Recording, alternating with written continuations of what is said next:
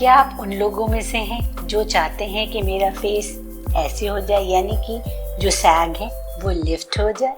तो आप सही वीडियो पे आए हैं। आज हम बात करेंगे फेस लिफ्ट प्रोसीजर के बारे में थ्रू थ्रेड्स। फेस लिफ्ट यानी करेक्शन ऑफ सैग। तो इसके बहुत सारे मेथड्स होते हैं, डिफरेंट तरीकों से हम फेस लिफ्ट कर सकते हैं। जो कॉमनली यूज होते हैं वो है थ्रेड लिफ्ट, फिलर्स एंड हाइफो। आज का हमारा टॉपिक है थ्रेड लिफ्ट, यानी हम थ्रेड से कैसे फेस लिफ्ट कर सकते हैं। तो हम बात करेंगे कि ये प्रोसीजर क्या होता है, थ्रेड्स क्या होते हैं, कितने टाइप के थ्रेड्स हो सकते हैं और आप अपने स्किन के लिए कैसे थ्रेड्स का चुनाव करें, यानी आप अपने स्किन के लिए सूटेबल थ्रेड्स चूज कर सकते हैं। तो हम बात करते हैं थ्रेड्स के बारे में। थ्रेड्स एक तरह के स्यूचर मटेरियल होते हैं। स्यूचर से आप सभी अवेयर होंगे, ये सर्जरी में कॉमनली वुंड क्लोजर के लिए यूज होते हैं। ये जो थ्रेड्स होते हैं वुंड को स्ट्रेंथ भी देते हैं। ऐसे ही थ्रेड लिफ्ट में जो थ्रेड्स होते हैं वो सपोर्ट करते हैं और कोलेजन बिल्ड करते हैं। ये डिफरेंट टाइप के हो सकते हैं, जैसे कि PDO threads, PCL threads and PLL threads. PDO यानी पॉलीडायगोनल थ्रेड्स, ये नॉर्मली 6 to 9 मंथ्स लास्ट करते हैं और कोलेजन बिल्ड करते हैं। ये स्किन में यूज होते हैं। इसके अलावा एक होते हैं पीसीएल थ्रेड्स यानी पॉलीकैप्रोलैक्टोन थ्रेड्स। ये नॉर्मली 1.5 ईयर्स यानी 1.5 साल तक लास्ट करते हैं और ये कॉमनली नोज में यूज किए जाते हैं। एक तीसरे के तरह का थ्रेड्स होता है पीएलएल थ्रेड्स। ये लगभग 1.5 से 3 साल तक यूज।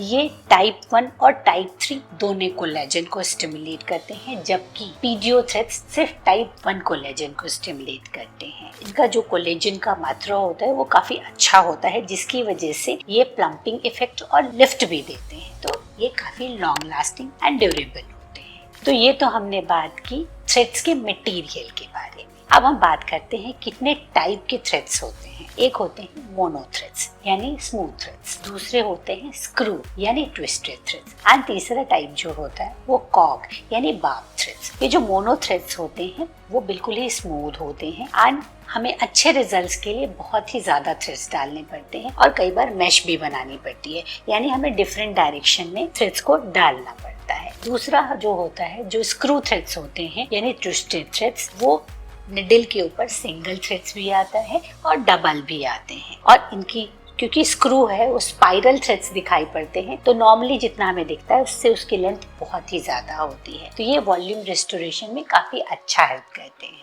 तीसरा जो टाइप है वो है कॉग थ्रेड्स यानी बार्ब थ्रेड्स। इनके ऊपर टाइनी बार्ब यानी हमें कांटे जैसी चीजें दिखाई पड़ती हैं। चीजें क्या है, कांटा जैसा मतलब हुक दिखाई पड़ता है जो स्किन को हुक कर लेता है और इस थ्रेड्स को अगर हम खींचे तो हमें काफी अच्छा लिफ्ट मिलता है। ये थ्रेड्स एब्जॉर्बल होते हैं यानी स्किन में जाके डिसॉल्व हो जाते हैं अपने फिक्स ड्यूरेशन के बाद, और ये काफी सेफ, रिलायबल एंड ड्यूरेबल होते हैं। ये स्किन में जाके हीलिंग जो रिस्पॉन्स होता है उसको प्रमोट करते हैं, जिसे हम कंट्रोल्ड हीलिंग कहते हैं। और इसमें हीलिंग में कोलेजन बिल्ड होता है जो हमें रिजुविनेशन, ग्रो एंड लिफ्ट देता है और काफी अच्छा हमें प्लम्प मिलता है। अब हम बात करते हैं कि थ्रेड्स कब करवाने चाहिए। फॉर बेस्ट रिजल्ट किसी भी इवेंट के 3 महीने पहले आप थ्रेड्स करवा लें तो बहुत ही अच्छे रिजल्ट्स मिलते हैं, लेकिन 1 महीने में भी स्किन नॉर्मल हो जाती है एंड रिजल्ट्स दिखाई पड़ते हैं। इसके अलावा लोगों की बहुत ही क्वेरी होती है कि इसके साइड इफेक्ट्स क्या हैं। तो कोई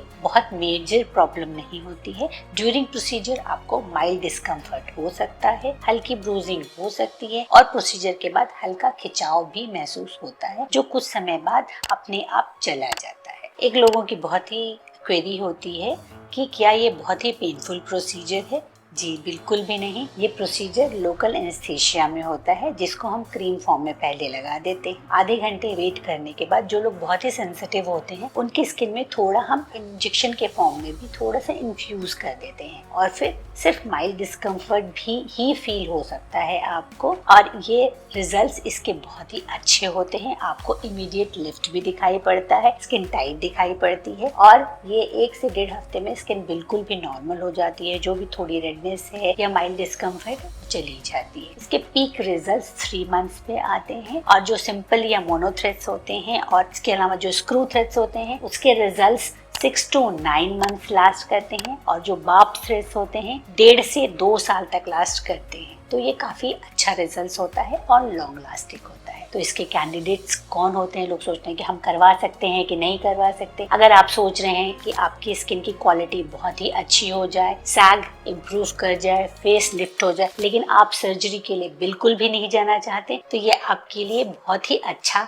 सिलेक्शन होगा। तो आप सोचिए नहीं और आराम से ये सर्जरी ओपीडी में आराम से की जा सकती है। अगर आप स्किन के बारे में या कोई भी प्रोसीजर के बारे में आप जानना चाहते हैं, इसके डिटेल वीडियोस चाहते हैं, तो आप हमें इसके बारे में कमेंट में लिखें और अब मेरे चैनल को सब्सक्राइब करें, ताकि हम इस तरह की जो भी नई जानकारी है या अपडेटेड है उसके बारे में हम नई वीडियोस लेकर आए। तो आप लाइक करें, सब्सक्राइब करें और हमारे चैनल को पसंद करें।